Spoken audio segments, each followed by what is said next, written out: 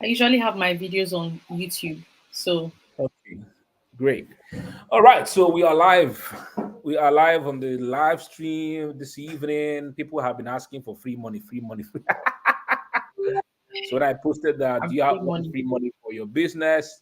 Yes, yes, yes, yes, yes, yes. And they said they were going to join the live stream to understand how to get free money. So, guys, it's a beautiful Friday evening, 7 p.m. Nigerian time. If you are here, I want to say good evening to you. If you're tuning in from Nigeria and any other part of the world you're tuning in, please accept our greetings for the part of the day where you are. Okay. I love having conversations with individuals who are doing amazing work, just like the one that we are going to have this evening. I have with me my guest today that is going to share with us how to use stories to win grants. Grant free money. All right. You don't pay them back. They're not loans. They are not yeah, they're not loans. They're not something that someone gives you and says, okay, I want it back. They are grants. They are given by big organizations, big individuals, very wealthy people, so that you can use it to support and grow your business. And so, but for you to be able to get a grant, it's not just for you to say, give me grant, give me money. You've got to be able to prove that you truly need it for your business. People who give grants usually give these grants specifically for you to either start your business or, most importantly, to expand your business, having seen the track record that you've kept regarding the exploits you're doing in your business. So today I have with me Virtue Oboro. I hope I pronounced it correctly. Yes, Um, She's a beautiful woman. I like to have conversations with beautiful women who are intelligent, so that when I'm looking at them on the screen, I'm happy wherever I am.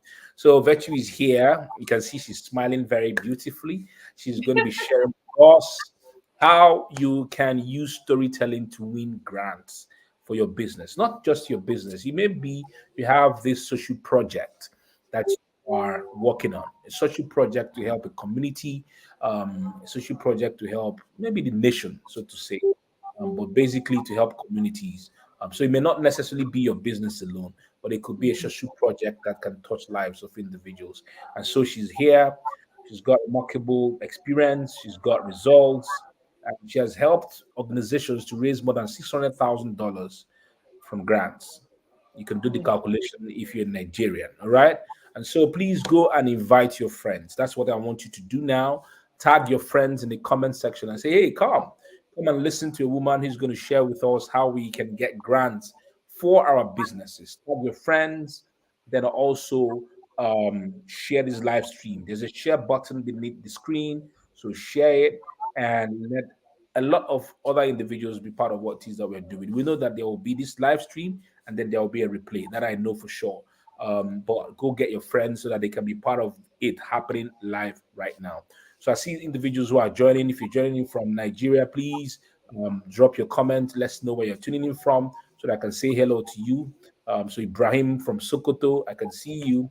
Popo Zuzubechi from Borakot, I can see you. Please let's know where you're tuning in from and we can say hello to you. But most importantly, go and tag 10 of your friends. All right. Everybody needs money. Mhm. Tag your friends, tag your friends in the comment section. Those your friends, just tag them 10 of them, 20 of them. Let them come join the live stream. All right. So, Virtue, welcome. And I'm in Abuja and you're in Bielsa. Welcome. Thank you very much, Emeka. I'm grateful for the opportunity to connect with you and your audience. Um, Thank you. Thank you. I'll So take we it. are live Okay. on YouTube, we're live on Facebook, and we're live on LinkedIn at the same time on my platforms. Right. All right. And so Okay. we have all these exposures. And so go ahead, introduce yourself. I will step away from the screen so that you can give us the meat of everything you want to share with us today. Please go ahead, man. All right. Good evening, everyone. My name is Virtue Oboro. I am the founder of Tiny Hats Technology, and I am also the convener of the BGF, the Globally Funded. Once again, I want to reintroduce myself in a second way. I am a mom and a mom of three wonderful children. And I'll start this live video by telling you my own story. I'm going to be telling you first about how to use storytelling to win grants. And secondly, I'll tell you my own story. You'd only be able to connect to this session if you listen to my story and connect with it. So if you don't connect with my story, I promise you this session is not for you. In 2015, I got pregnant and I gave birth to my son. His name is Stombra. He was a very handsome child, very handsome. When you see him, you just want to carry him. He was only 48 days, 48 hours old. And we noticed that his eyes were turning really yellow.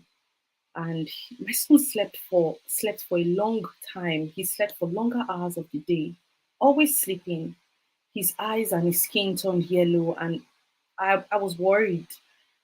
At first, it wasn't a thing of concern to me because I just thought my baby looked like my grandma because my grandma was light in complexion. She was light skinned, but my mom is really dark. But my mom kept saying, the color of the skin of this baby is not usual. I think we should take this baby to the hospital. And we did. And when we took my son to the hospital, they said he was highly jaundiced.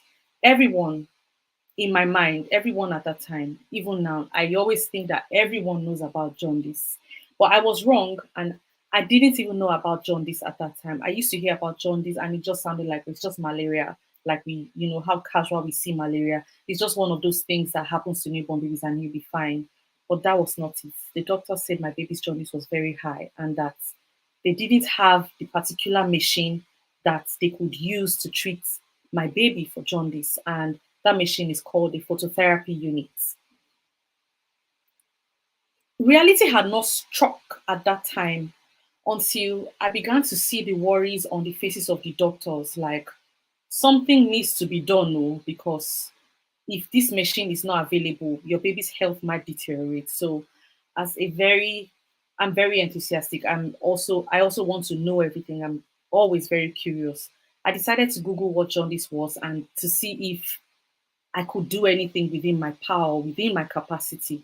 When I looked up on jaundice and saw what jaundice was and what could happen to a baby if jaundice was not treated, I went mad. I looked up on jaundice and all I could see was these things are about to happen to my son if nothing is done about it.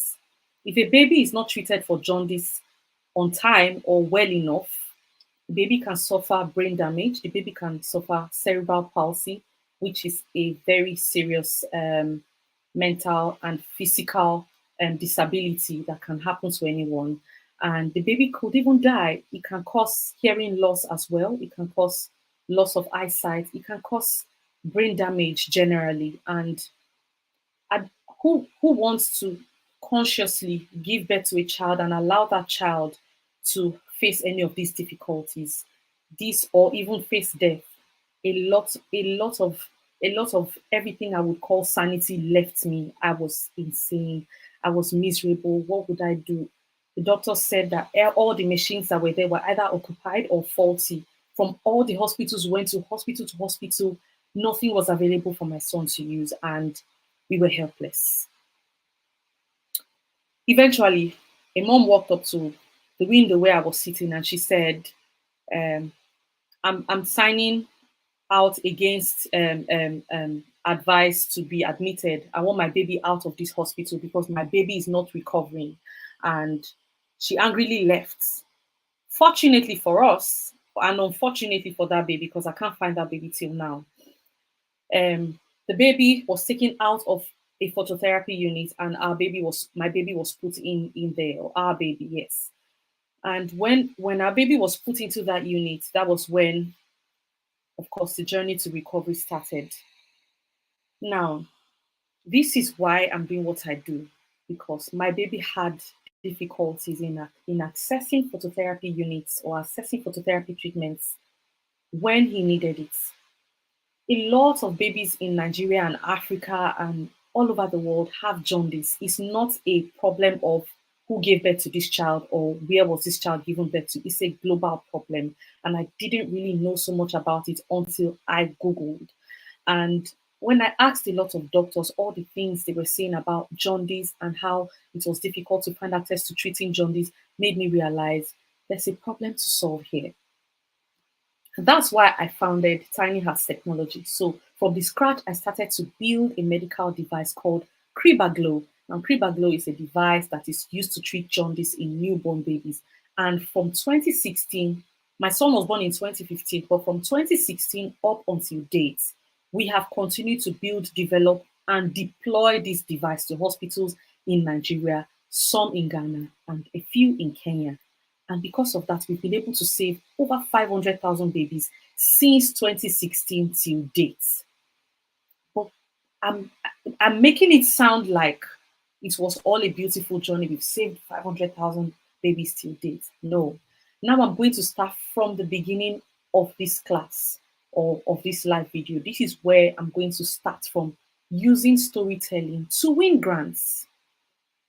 In 2016, when I started Tiny Hats Technology, I didn't even start it as Tiny Hats Technology. I just went to my garage and I said, I need to do something about this. My son cannot go through this kind of difficulty. And I just fold my arms. I talked to my husband. My husband came on board and we started to design this medical device from scratch. None of us is a medical personnel. None of us has a science or health background. We just started working. And everything we did out of passion, out of our interest in making sure that no other baby goes through what our son went through. And the good news is my son is fine, but other babies may not be fine if we do not build this device. Now, in 2016, I was very confused. I didn't know about how to go about building a product or starting or building a business. And this kind of business that we ventured into was highly capitally intensive. We needed a lot of money from product design, prototyping. I'm talking about all these things confidently because I've grown through it. I know the process, right? At that time, Virtue Oboro was clueless. I knew nothing to do about it. Now, the first people we talked about was family and friends. We talked to family. Some family members thought, oh, this is an amazing, fantastic idea. Other family members thought, you know what, please don't stop what you're doing and focus on this one because it's not worth it. We think that it's going to be dead on arrival. We think that it's not going to work. Some friends thought, what the hell is this? And some other people thought, well, let's just see how it goes. And I must tell you, one of the things that gave me breakthrough in my business was utilizing and leveraging the power of storytelling. Storytelling was one of the things that made me gain the exposure that I have gained up till date. And one thing I must say is when I started, I knew nothing about how to present my business because that's where some of you might be. You don't know how to present or talk about your business to people who have the potential of giving you money to build that business. If your business makes sense to anybody, if your idea makes sense to anybody, they'll give you the money. But how then do you make them get interested in that business or that idea to the point of taking money from their accounts and transferring into your accounts? What do you do? How do you leverage storytelling to do that? Now, I'm going to talk a lot about not just storytelling, but communicating your business, your ideas, your research, your projects, communicating it effectively and ensuring that they understand and they will give you the money. Storytelling is not just about talking verbally. Storytelling is either written or verbal. So as I'm talking to you, you can hear me speak, but not every entrepreneur, not every researcher, not every potential applicants, not everyone is given the opportunity to actually speak like I'm speaking. I had to reach out to Emeka Nobis to say, can I talk to people on your platform? I had to text him first. I had to send him a message. That's a written story. Emeka knows exactly how I talked to him about. He knows why he gave me the audience. Some other person might have reached out to Emeka and he would have said, you know what, not at this moment, or you're going to pay this amount of money, you're going to do this, or you're going to, it would have just been something else. He probably would have made the process more difficult because maybe the person wasn't just talking about the value that they present as well as I would have. And that's what, in other words, what I'm trying to say is even if it is your child or your friend or your father or your mother that you're talking to about your business, you need to utilize and leverage the essence of storytelling. Whoever, if as far as you're talking about your business or your project or Anything you have to do that you need funding for or you need support for, utilize the power of storytelling. Now, this is very, very crucial for you. When I'm talking about storytelling in terms of written or verbal, this is what now I'm talking to you. Someone is saying is interesting. You're joining from different places. You're interested in what I'm saying because I have the opportunity to talk to you. That is verbal storytelling. Now, I'm going to move up onto the point where I will tell you, what are you telling people about? Is it your idea? Is it your business? Who are you talking to? What are you telling them about? And what's the essence of what you do? I'll start from the problem you're solving. Some people solve amazing problems. Some people solve problems that are in depth, but they just do not know how to articulate or talk about these problems. If I were in your shoes, I'll pick up a notepad and a pen because I'm about to dive down into the essence of using stories to talk about your business. In 2019, I was given the opportunity to talk to a group of people at the Johnson and Johnson's headquarters in the US. One of the things I gained from that particular opportunity was to leverage storytelling. Now, I was so nervous because something bad happened. My shoe gave way.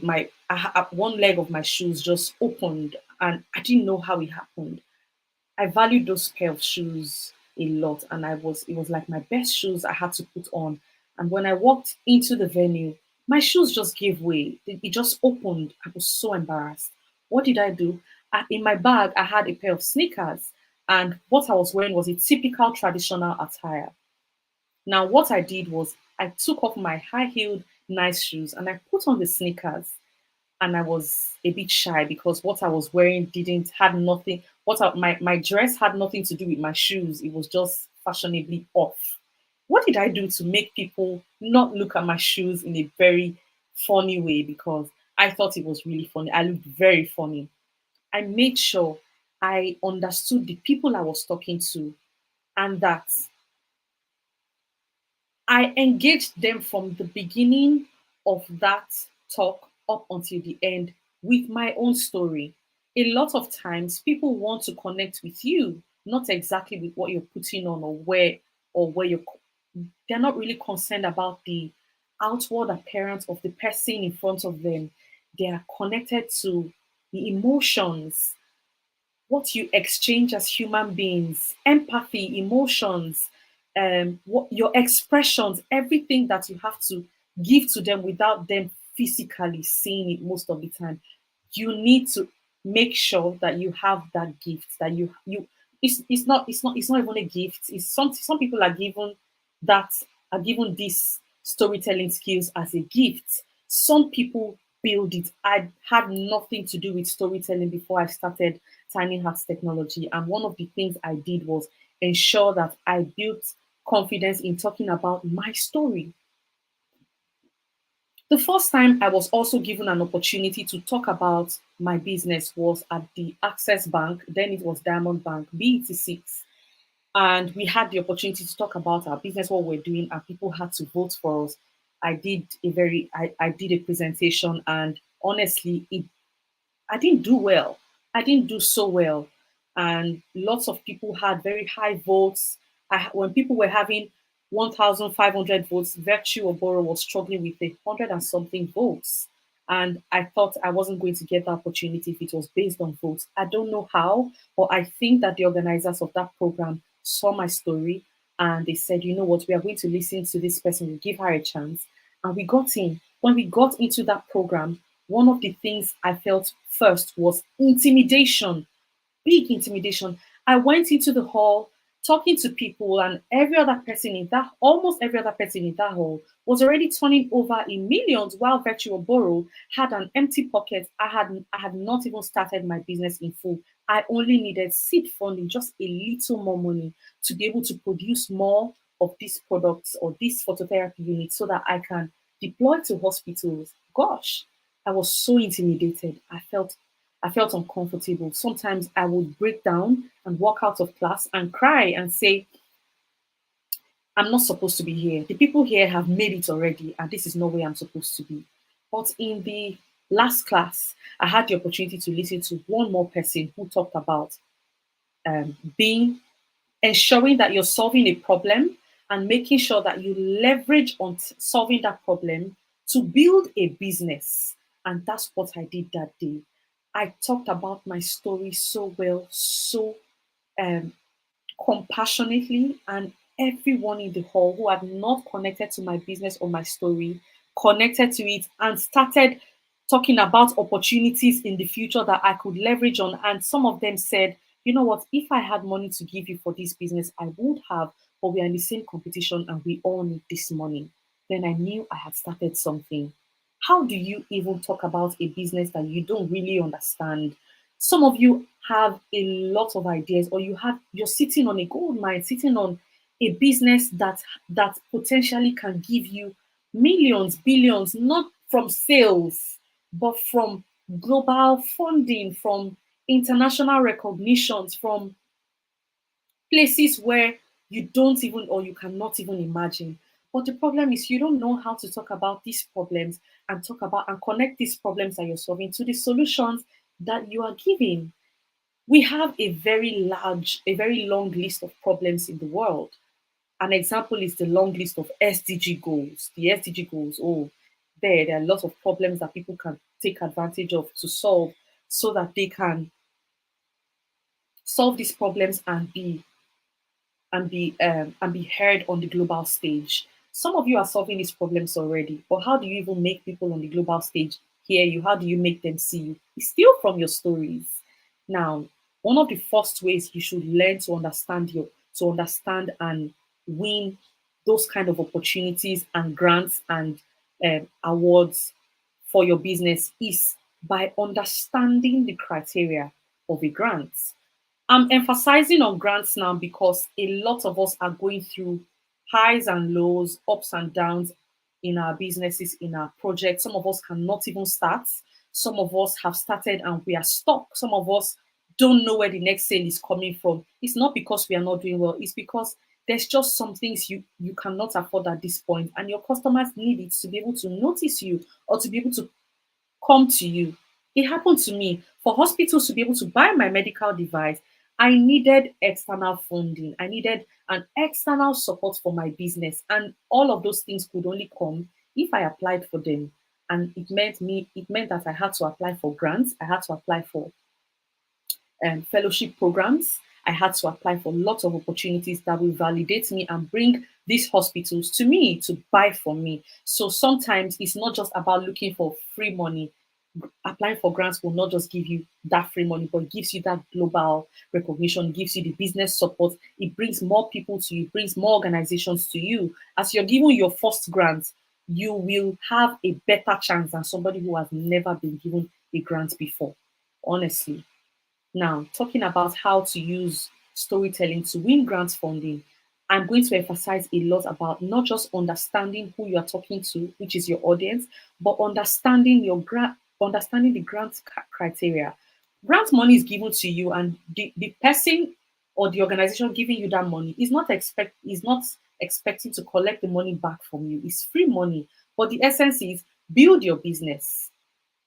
Now, to be able to give you that money, a lot of funders will give you a criteria. They would say, we want people between the ages of this and this. Recently, Niger Branch announced a grant funding opportunity from, I think, Wema Bank, and people above the age of 35 years could not apply for that grant. And some people were very upset. Why can't I? But even the people within that age range, a lot of them are not going to get that opportunity because they are not going to be able to leverage the power of storytelling and communication to make Wema Bank give them that money.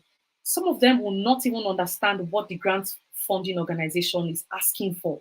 Some of them will not be able to talk about how they can talk about the problem that they faced and connect it to the solution that they give. Let me give you a typical example of understanding your funder and connecting your story to them. A typical example is, let's say Emeka Nobis is giving out a grant for people who are in the climate change sector, climate change, people who are reducing plastics. But let me use a more relatable, something that is more relatable to the audience I'm speaking with. let me use I would use business development, meaning businesses generally. Let's say Emeka Nobis is giving out grants to, of course, Emeka Nobis has the money. He can give all of us grants. Um, let's just say that Emeka Nobis is giving grants to businesses, and he says the criteria, the only kind of businesses I will give these grants to are businesses who work in the agricultural space, who are solving the problem of food accessibility. I'll also give this money to people who are in the healthcare space, people who are reducing mortality or deaths in developing countries. Now, if you're working in any of these, I'm just giving this as a typical example. If you're working in any of these spaces, one of the things you should be doing is, oh, you should be ticking the box. Am I eligible for this? Is this what I'm doing? Let's say Emeka Nobis is also saying, I will not give this money to people who are above 40 years or who are above 45 years. People who are eligible for this particular opportunity should be thinking of how they're going to use the problem that they have identified to actually connect to what Emeka Nobis is saying. Now, if you're working in the agriculture or the healthcare space, one of the things you should first be thinking about is how do I put up, how do I come, how do I put together information that will connect to the problems that people are facing in this my sector. What problems have I seen in this sector that I'm trying to solve? If I am running Tiny House Technology and I'm solving a problem of infant mortality by designing and deploying medical devices, what are you doing? If you're working in the food sector, are you processing food? If one of the things you can do is connecting your very own problems to the problems that are in society and in your community.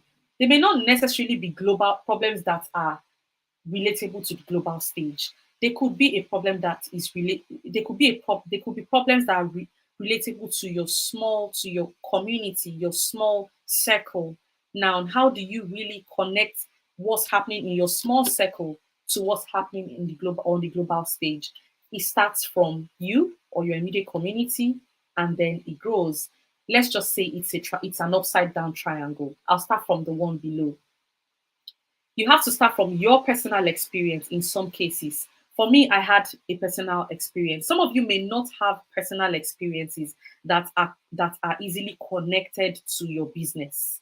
But I can tell you for free that there are experiences you have had in the process of building your business that you may want to use to talk about how you are growing or how your business is solving a problem in society. Think about some of those problems. If you're working in the creative space, maybe as a photographer, you may be thinking of, oh, how do I use photography? How do I even use photography to win a grant? How do I even tell stories so that my photography business can win a grant? How about talking about how about crafting a story that's that consists of people not having some experiences and some knowledge because they do not have access to pictures and videos, and how you are trying to solve or close that gap. And who are these people? Google is your first friend. You can look for problems. There are problems that you can connect to photography. There are problems all over the world in your community that you can connect to what you're doing. Regardless of what you're doing, if there's no problem, there won't be businesses. If there's no problem, there won't be solutions. So it means there are problems. How do you even tell these stories? How do you even carve them? These kind of stories are very relatable when you can connect them to your personal experiences. Some of you, if I ask you, what do you do for a living? You will say, oh, I'm into food processing. We sell foods and we sell them, we export foods abroad. We sell them locally, or we source for them locally and we export them. Really? Oh, that's nice. Oh, I love what you're doing. I'm going to work out like that. I'm not giving you any money if I was supposed to be a funder, if I was supposed to be somebody who will fund your business. How do I connect to you personally? If I'll give you a typical example, if you're able to say, this is just for example's sake, this is just for instance, 20 people suffer from starvation in Nigeria every day. The reason is because they lack access to nutritious food and water. My name is Virtue Oboro. I run a food processing business to solve the problem of food security. I'm just giving you a typical example, just coming from my head. Now, it may not necessarily be a story that is yours, like my own situation. But how about you?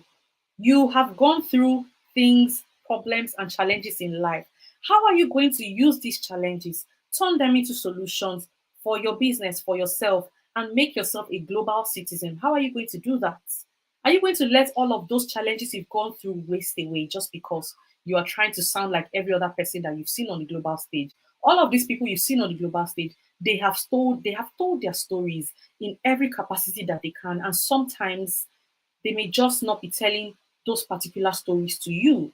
They may be telling them to people who have the potential of giving you the funding that you need, that they need. My video is frozen. I hope everyone can hear me.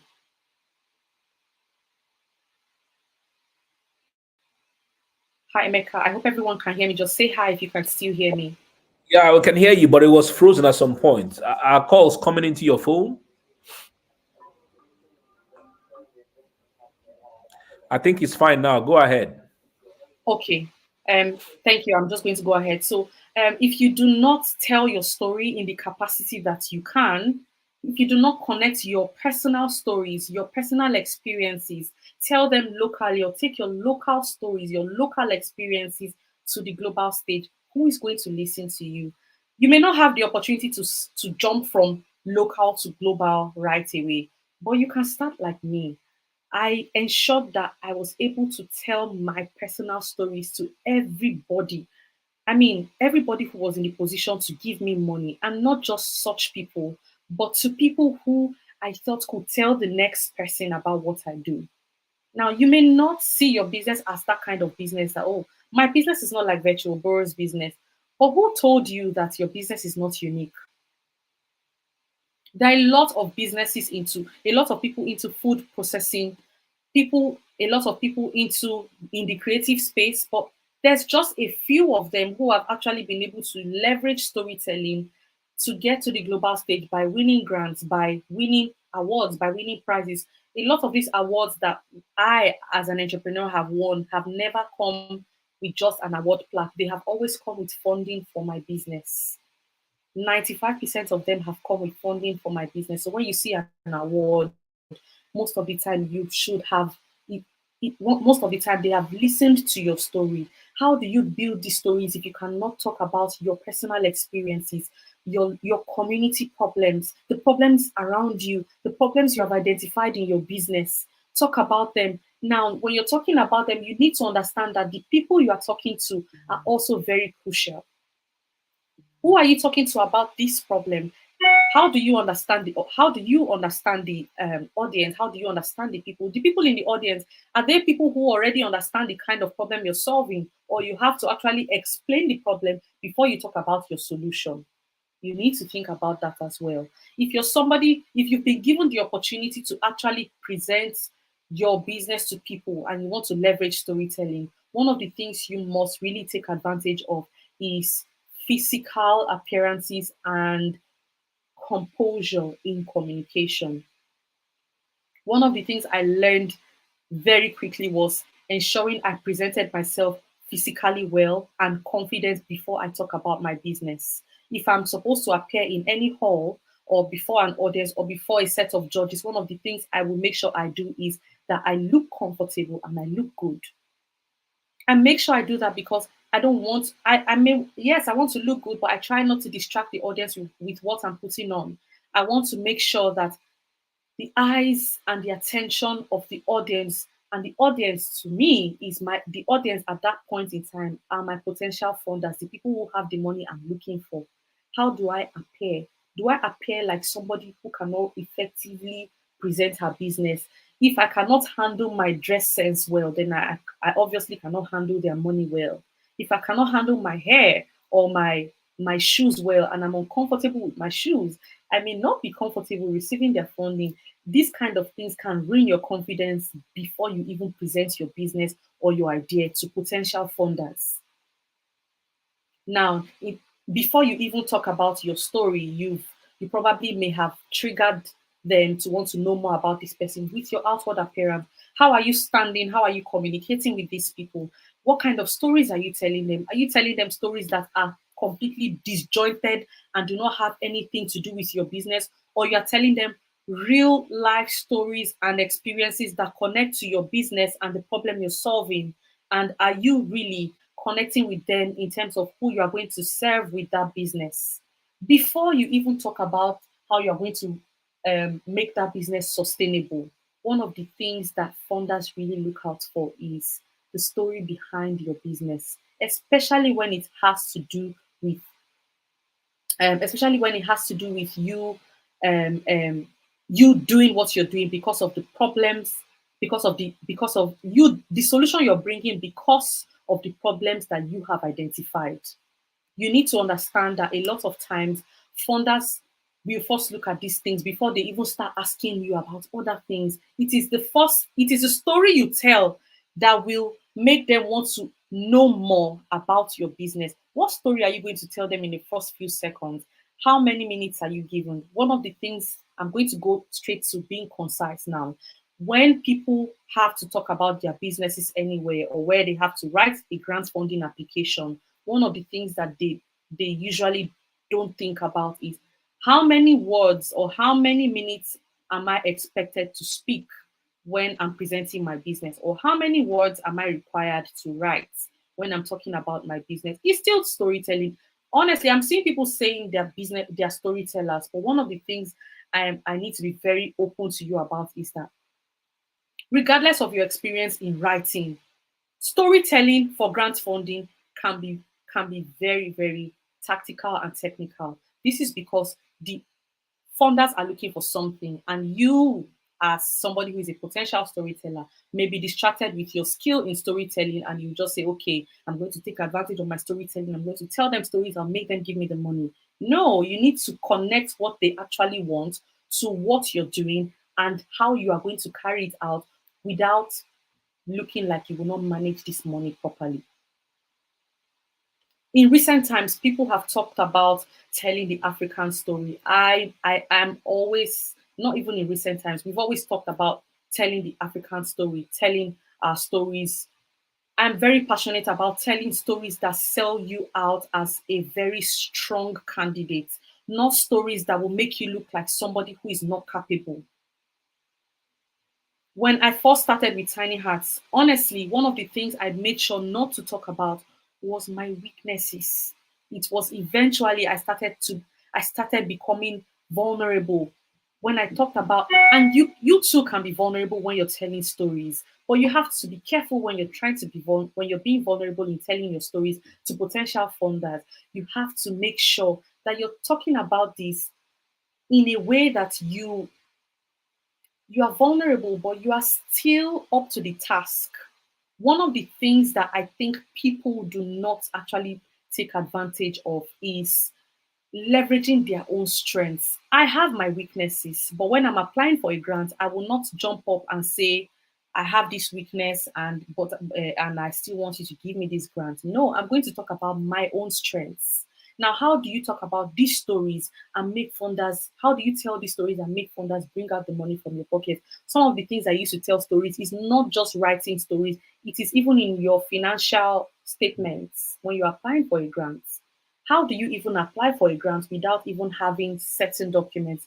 Honestly, I have limited time to speak, and I know that this session cannot go on for too long. But one of the things I must let you know is that Please go ahead. Go ahead. Go ahead. Tell us everything you want to tell us. okay, thank you, Emeka. Go So ahead. one of the things that I think that people do not actually understand is that aside telling your story, you should make sure that you have certain documents in your pocket, certain documents at your fingertips, certain information about you and your business, so that anytime a potential funder, a potential grant funding organization finds you, they can give you money when they find these documents. Some of these documents do not, some of them can take a day to build, some of them can take months, some of them can take weeks, some of them can take hours. It just depends on how ready you are. Someone might be asking, Eventually, I don't know if on this at this time or in future, someone might watch this video and ask, can I actually tell a story with an idea and win grants with it? Yes, you can. You can actually tell a story with just an idea and win a grant with it. I started with just an idea. I started with just an idea and I got my first entrepreneurial fellowship experience. And when I got that, it ushered me to the next one. It's a process. It starts from somewhere. When I got the next one, I got the next one. That's how I became a Mandela Washington Fellow. One of the biggest breakthroughs for me was first winning the first grant. When I won the first grant I got from Access Bank, I think in 2017, it boosted my confidence. I could talk about my business anytime I felt like I could tell my story better. I was able, do you know that your story changes every single day? Your story changes. It doesn't change to another story, but your story develops. How have you thrived from where you started to where you are now? These are the kind of stories that funders want to hear from you. How is this person coping? How did you start? How have you grown? How how is it that you are doing? How are you connecting with your staff? How are you connecting with your problems? How are you connecting with your audience? How are you connecting with everything that's going on around you? Do you know that sometimes I apply for grant funding opportunities and I don't really talk about my son um, having jaundice at birth? Sometimes I talk about another person's experience because you're not the only person who has gone through that challenge that you're solving with your business. There are other people who have gone through it, but how are you going to use stories to leverage? How are you going to leverage storytelling to win grants for your business? In Nigeria, in Africa, in many countries now, we are facing a nosedive in our economies. One of the things that organizations are doing now is actually funding growing businesses to build the economies back. So there are funders actually waiting to give you money. But how are you going to use your stories to teach them? How are you going to use your stories to inform them, to tell them that I'm here and I'm looking for this money and to I'm the best person for the job. I'm the best person for the money, not the job this time. I'm focusing on grants. I'm the best person to give this money. How are you going to make them understand that if they give you 5,000, you if they give you 5,000 naira or $5,000, let me not use naira. I'm sorry, Emeka. I have to use dollars. If they give you $5,000, how are you going to make them with your story again? How are you going to make them believe that you will be the best person to give $5,000 who will take the most advantage of that opportunity? A lot of times people even mistake doing they mistake I don't want to this is not in talking about grants, right? You may not be able to differentiate between storytelling and your personal brand. When you're telling your story, it is not the story of your entire life or your entire brand. It is the story behind that thing that you're doing and how you're going to connect it to what this funder is asking you for. Sometimes it might look like, oh, you're talking about your whole self. You want to sell yourself. You want to talk about how good you are and how sometimes in telling your story, you may even forget about why you're asking for that money. Honestly, if you tell your story in a way that you are too confident as a founder, you're too perfect, I mean, not confident. If you tell your story in a way that you look and sound so perfect, your business is perfect, there's nothing wrong with your business, I'm not giving you that money because I think that I'm going to give that money to people who really need it. So there's a thin line between selling yourself and leveraging storytelling, selling your strengths out, and actually being the best person for that funding. Now, someone is asking what kind of documents should we have? There are many documents, and I'm going to give you a typical example. One of the documents would be your legal documents in terms of your business registration. But do you know that sometimes business registration is not even a crucial document to have when you're applying for a grant? Sometimes it's not, sometimes, many times it is. If you apply with just an idea, no organization will, some opportunities come with just an idea. If you don't have it, it's fine. Just apply, and a percentage of these fundings actually go to ideas that are properly articulated, ideas where the story behind those ideas and the statistics behind those problems are properly articulated and told. Another document that you might need is I want to talk about tax, but honestly, it's like secondary. You don't necessarily need your tax certificate. It's only in recent times where, of course, I've won grants and some organizations I've met them, or we've had conversations and exchange of documents. And one of the things they will just ask, you have your tax clearance. That's for people who are actually not just starting. And some organizations, whether you're starting or not, they would ask you for it. And it depends on the phase of your business. So some of these documents, honestly, you really need to have them. If you're working in the food sector, is your product, if you're working in the food processing sector, or if you're working in a sector where there is the need for a regulatory advisory board or a regulatory board to approve your products, do you have such documents? If you have them, it gives you an edge. Is your product patented? Oh my God, one of the things that it's a bad habit. When you're telling, grant funding applications are like a whole package of storytelling. You are telling your business story from document gathering to how you're filling the form to everything, some of the opportunities. Sometimes you write well and you apply well, but your documents are not in sync with what you've submitted, with what you've written.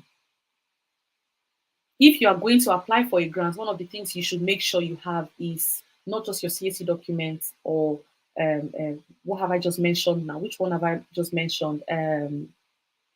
What document did I mention just now? Sorry, a question is just distracting me on the screen. You also need to have your pitch deck. Now, a pitch deck is a PowerPoint simple presentation where you have properly talked about you've properly talked about the problem you're solving, first introducing your business, the problem you're solving, the audience you're targeting, your solution, your selling points, your team, the plan for your next milestone, and your financials. Those are the kind of information you need on your pitch deck. Now, a pitch deck is basically a PowerPoint presentation where that particular document gives you the opportunity to be heard a second time. If you have filled a grant funding application, you'll be successful with that. One of the things, the high points of a grant is actually how you have presented your pitch deck. Now, if you have a very good pitch deck, it will help you in communicating. If you have a very good pitch deck, it will help you, it will build your confidence when you're applying for a grant, when you're applying for when you're applying for opportunities to give you funding. It could go beyond a grant, it could be donations. Recently, I've embarked on a project where we had to go beyond just grants. We had to go for individual and organization donations. And one of the things that they have asked us first is do you have a presentation or do you have a document that tells exactly everything that you're doing? That document is a pitch deck. Pitch deck, pitch deck, that pitch deck, if you have it, wherever you're going, if you understand and are able to express and articulate everything on your pitch deck, honestly, you have a very high chance of winning grants in your next few applications. Before I wrap up, I must tell you that even when you leverage storytelling for your business, understand that everybody has a story. Do not be intimidated just because you are the only one in your sector or in your environment doing what you're doing. When I started Tiny Hats Technology, when I started building that product to help babies access treatment for neonatal jaundice, I was the only one doing such a thing in my community, in my state. Even in Nigeria at that time, I was the only person who came from my background, starting and building it up to that point, up till date. I still feel alone because it's difficult for me to actually go for a program and find people like me there. Sometimes I used to feel intimidated. I used to feel, so what am I doing? I mean, everyone is applying with food processing, a food business, education. This person is applying with, the person is a photographer, the person is doing well. There are many photographers, there are many There are many no, not consulting. There are many people in the agricultural space. There are many people in climate change. There are many people in education. There are many people solving disability problems. But why is it just me that is doing this? Don't be intimidated. Everybody has a story. Sometimes you can also be intimidated by having so many people in your sector. You look left, right, and center. Everybody around you is doing the same thing. But not every one of those people will be able to leverage storytelling to talk about their businesses. What kind of stories can you tell to be unique, to make you different from all the other people in your sector? These are the kind of people that funding organizations are looking for. So thank you very much. I hope that one of the things that you will learn today is that you should never be intimidated. Before Emeka, before you take over, I must say that securing grants for your business is very crucial. It's very important. It can take your business from 50 to 150 in just a couple of months. And it's very important. A lot of times people talk about bootstrapping and, of course, raising the money yourself, getting the money from sales. That's very important as well. But then if you are able to leverage storytelling to raise grants for your business, it makes you grow faster. Apart from making you grow faster, it also gives you global exposure. I was invited for the World Economic Forum in 2019/2020, and one of the people on that stage was Okonjo Iweala. One of the people, am I saying one? There were thousands of global citizens from all over the world on that stage. I was awarded on that stage. Do you know what it did for my business? Do you know what it did for me as a person at that time? At that time of my life and my business, everything I was looking for was validation and and for people to believe that what I was doing made sense. I was struggling. One of the things that you can do for yourself, if you're struggling in your sector, if you're struggling in your space, you're trying to build and expand your business, one of the things that can happen to you, the best thing that can happen to you is for you to effectively apply for grants and actually win them, because it goes beyond money. It is exposure, it is business expansion, it's an opportunity to build more businesses. I hope that everybody has gotten value from this session.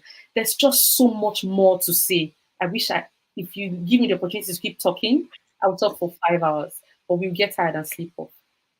Mm. Thank you much. Thank you very Thank much, you. Emeka. There's, Thank you yeah, so much. all right. You so much, Virtue. Guys, if you've got questions, please let's ask her questions so that she can answer. Yeah, I've got so much value. I'm seeing people dropping comments, so much value. Please. Okay, there's a question here. How do we find these grant openings? Seems is not always thrown into the public space. Okay, Kende, Samuel, thank you. So, one of the things I found out in recent times is that you may not be looking the right way. If you're looking for grant funding opportunities, look for them.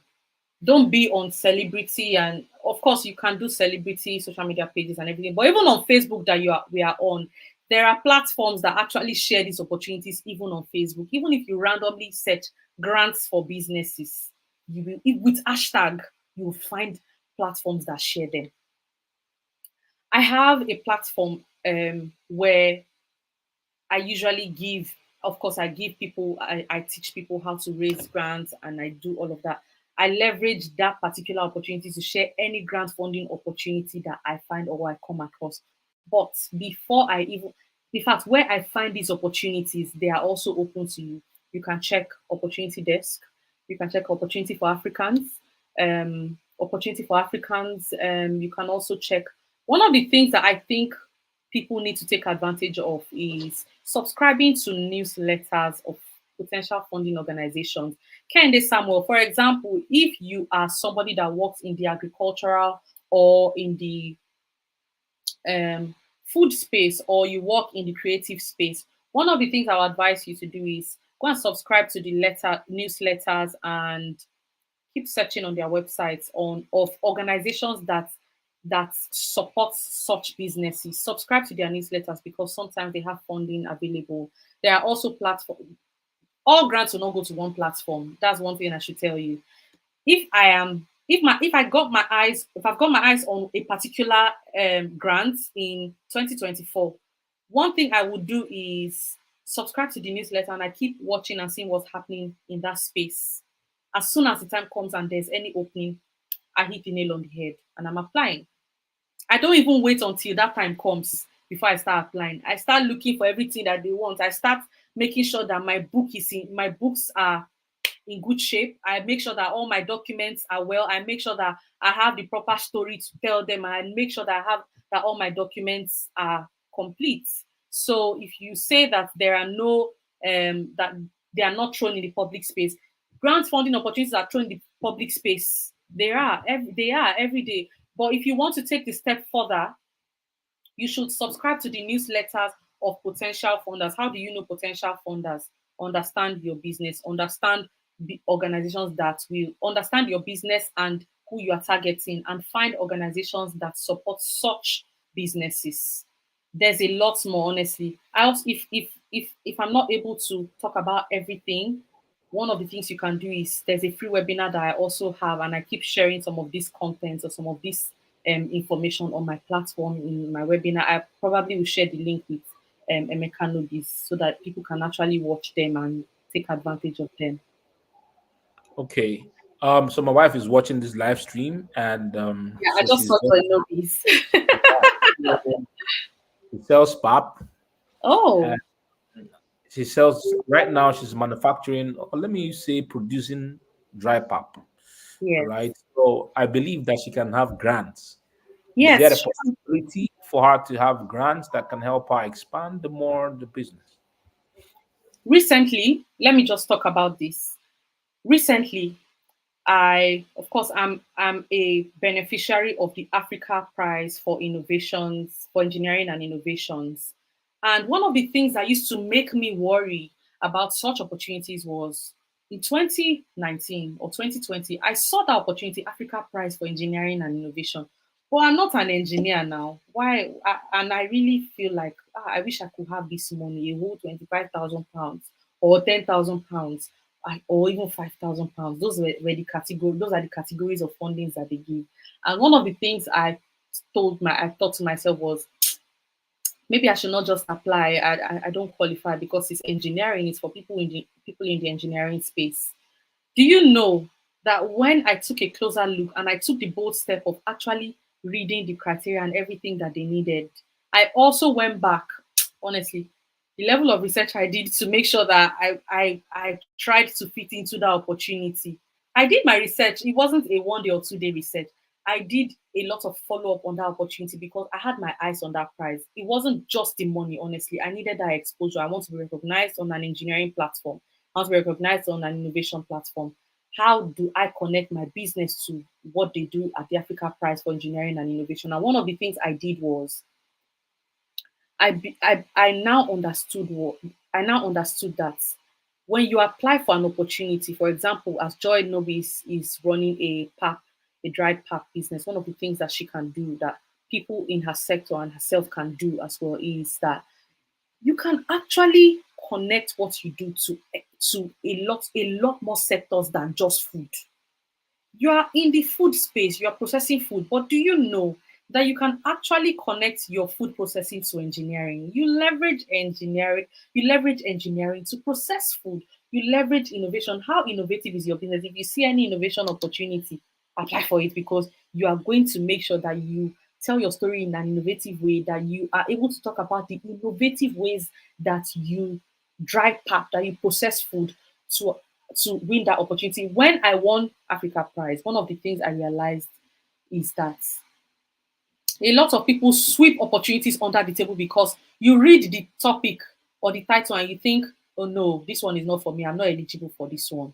You read climate change and you just sweep it off. Oh, it's for climate change people. You don't even know that they are looking for people who process plastic, people who reuse plastic. You don't know that they are looking for people who reuse clothes, who sell okrika clothes. You don't know that they are looking for people like that. When they're talking about climate change, a lot of problems that we entrepreneurs, researchers, and people who are looking for grants or funding opportunities have is that we don't even understand what they want from us. An eye opener is me talking to people who sell Okrika clothes, telling them, guys, you are eligible for grants in the climate change space, and you need to wake up and put your documents together, learn to tell your story, and connect it to climate change immediately. I'm giving you, this is like, honestly, Emeka, this is like a free giveaway for everybody. Oh, my son is about to come into this room. No, you're not hungry. Meet your dad.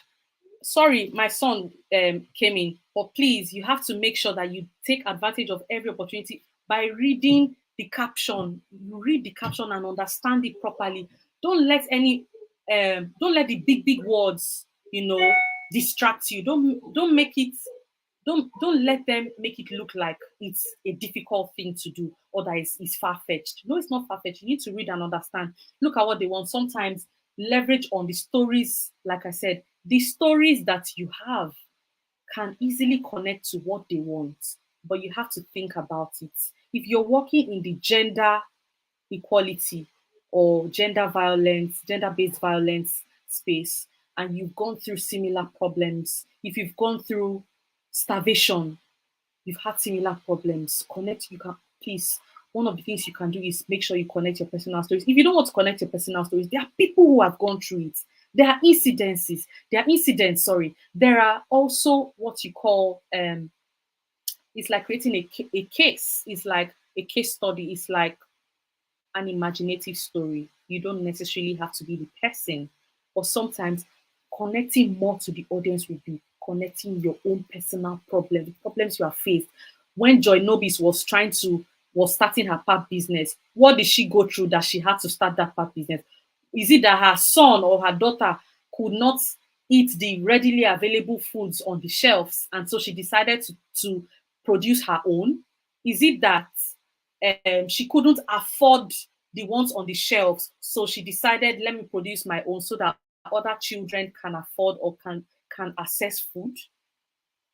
My video is freezing. I don't know if everyone is hearing me. Emeka, please let me know. Yeah, it's freezing, but we can hear you. Okay, so I think really I think I've responded to your question in terms of your wife's business. Okay, Something someone is has asking, something about ADHD. can someone starting out in her business benefit from grants? Can can someone starting out in her business? If you're just starting, yes. When I talked about ideas, these are the kind of things I'm talking about. When you're just starting, there's something called seed funding. Even if you are just starting, when I just started, I applied. I started in 2016. I won a grant in 2017.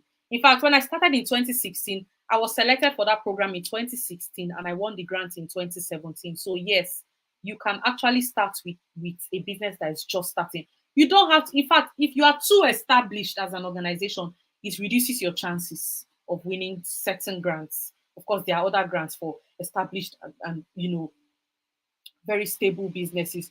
But if you have everything going on 100% perfectly going well, there's a chance that potential funding organizations will say, "Oh, they don't have any problem. They are doing well. So why should we give them the money? What are they going to use the money for?" That's a possibility. Sometimes you might be given, or sometimes many times you will not be given because it doesn't look like the business needs funding from them because you are perfect anyway. Yeah, so I think I've answered that question.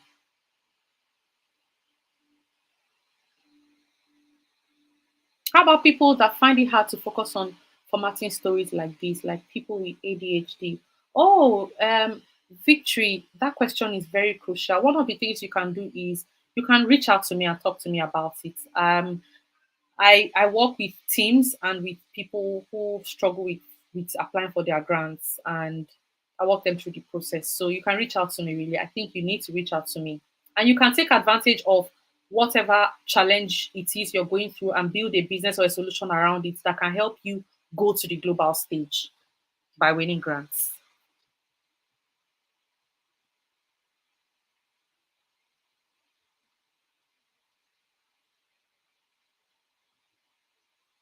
Um can you get grants when you do? Can you There's this. can I read the questions? Yes, you can for sure. Yes. Okay, so I was waiting for you to actually come in. So, can you get grants even when you do not have what it takes? certificate money when all you've got is just an idea, passion, and when you've not even taken a step forward to achieving the goal. You must take a step forward. You must take a step. One of the steps you must take is, have you properly written down, articulated, and understood the problem you're solving? Do you understand the solution you're bringing? If you understand the problem you're about to solve and you understand the solution you are bringing, money will not be the problem at that point in time. It will now be, are you ready to present this idea to potential funders? How ready are you to present the idea to potential funding organizations? You don't need 1 naira, you don't need any money. All you need is articulate this problem and solution properly. Talk about leverage. That's what I'm talking about, storytelling. Leverage storytelling to talk about this idea. I'm sorry, I don't talk about passion that much because passion will not bring the money to you. It's not passion. The only time passion comes to play is when you've talked about everything. And in times like the pandemic, when there was a lockdown, when businesses were falling apart, when there's a high inflation, businesses are falling, then you can talk about how even when the odds are against you, your passion will still keep you going. That's when you need passion, when you're applying for a grant. So definitely your idea is enough. Certificate and money, you need your certificate, but some funders will say, you know what, it's not a criteria, and you would lose some grant funding opportunities if you don't have your certificate of registration. What about people in the crafts like crochet, sewing, in the sewing sector? Oh my God, you are in a very beautiful space. What are you doing with your crochet? What kind of problem are you solving with your crochet?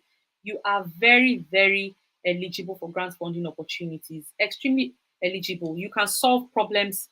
Please, just this is a sneak peek for anyone who is struggling to find a balance or find where they fit into. An expo I'll give you is go and look at the SDG goals. Look at the SDG goals and see how and where you can actually fit in with your business. If you do crochet, you do sewing, you can use your artistic or your creativity to solve a problem. What kind of problem are you going to use that to solve? Even for braiders, people who braid hair. But honestly, I must say that it's not this kind of conversations with people like this who are, if you are particular and very intentional about winning grants, it's not a one-off conversation. There's a process. I can I, I can of course I've started doing that now, and I want to help you do this to prepare you from a place of not ready to of not being ready to a place of eligibility. You should at least be eligible. Prepare your documents to a place of eligibility before you apply, so that you don't have to worry so much about being eligible. All you need to look for is, so who can I meet, not what do I have.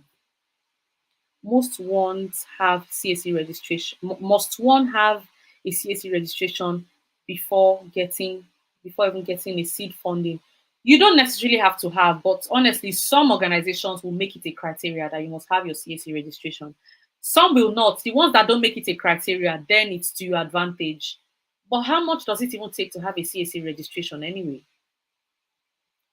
It shouldn't take that much. I would advise you to have some of those things to your advantage. If you don't have a CSE registration, one thing that can happen is this: the person that has a CSE registration and has a good story, compared to you that has a good story with no CSE registration, who would they select? They'll select the person that has two instead of one. So, to your advantage, I think you should register your CSE. I'm running an accounting software company with a lot of experience in different industries. How can I get grants to help less privileged accounting graduates who do not have money to pay for their professional exams? Learn the skill to become more employable. This is a question that goes beyond this particular program. Please reach out to me, and you might need to watch my some of my free webinars. There's a recent one I've just shared, BGF, which is Be Globally Funded. Um, if you are in spaces or in sectors like this, one of the things I usually advise is that you look for grants that are really project based. You need to actually break down some of the problems you're trying to solve into smaller projects and tell stories, impactful stories. Talk about track record, talk about your stories and relate them to your track record of what you've done, how you've done this, and where you're going or where you want to go. break them down into projects. For organizations like this, you might need to break them down into projects. Um, Sometimes you do, even when you don't break them down into projects, into smaller projects, you will need to break them down into milestones as well. Like, where do you want to go from here? What do you want to do with this particular company you're running? Sometimes people run organizations that on the surface they don't look like organizations that can win grants, but by the time you have specific projects in 2020, I wanted to stop talking about only neonatal jaundice that happens to babies. One of the things I did was, how can I have other projects connected to what I'm doing that can help us expand? So I realized, or I've always known, that jaundice causes problems like cerebral palsy and other disabilities in newborns, and they grow into adults, right? So I went into the disability space and I created a campaign called Cerebral Palsy Prevention Campaign, and that particular opportunity, that particular project helped me to win a grant from a very reputable organization, Johnson and Johnson, for a second time. So I must say that you will need to ensure that you have you have an open mind to breaking down your business deliverables you're breaking down some milestones into projects and talking about them to funders. Tell them where you're coming from, where you're going, the kind of projects. It can be projects that you're going into or that you're embarking on. Even if you run a food business, you might want to embark on a project that has to do with climate change and be given a grant for it. That's a project, it's not the entire organization. What of someone that wants to build a fitness and wellness center? That's a very viable business to run because you work in the healthcare space. You're helping to keep people healthy. You're solving mental health problems, and honestly, you shouldn't even have a problem with writing your story and crafting very likable and winning grant funding applications. You shouldn't have a problem with that. If you want to know more, I can. There's a like I said, there's a free webinar, the BGF webinar. I don't know. It just feels like I had some of you people on my mind when I was talking about opportunities that people actually see on the surface and not aware that there's funding for it. If you're building a business or you're about to build a business in the fitness and in the fitness space, what you should be thinking about is who needs fitness. Um, how can I relate their problems to what I'm about to do? And how can I convince anybody that this particular business is sustainable? And how can I tell them what I need to make this business better? That's very crucial. Do we have any more questions?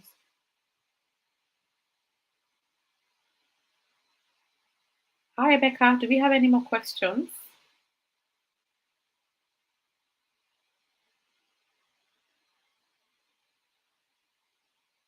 Hello.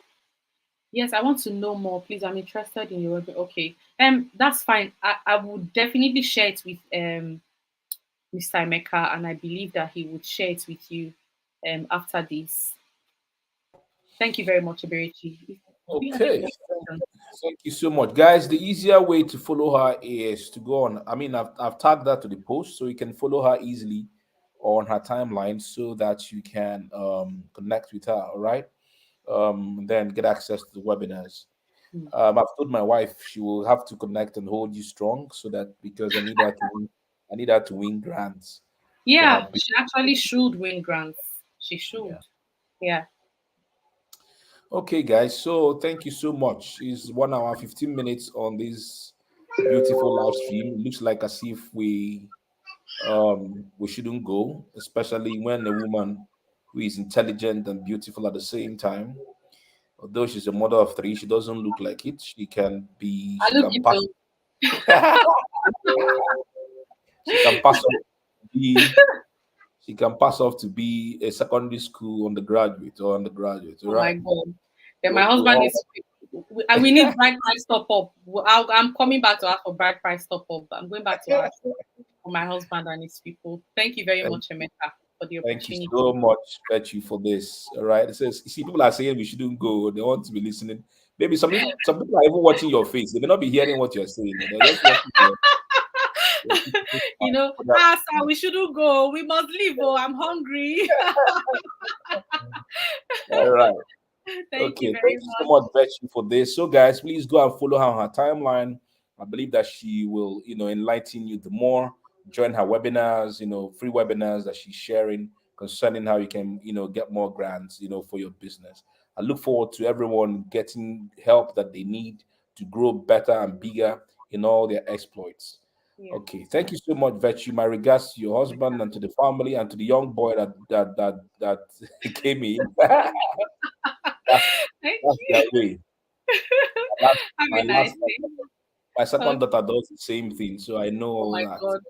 that. All Thank right, you. good And have night. a nice and a wonderful stay in Abuja. I wish Thank you you. so much. Yeah. Good night, Yeah. everyone, Well, and God bye. bless Bye, everyone. everybody. Bye. Bye.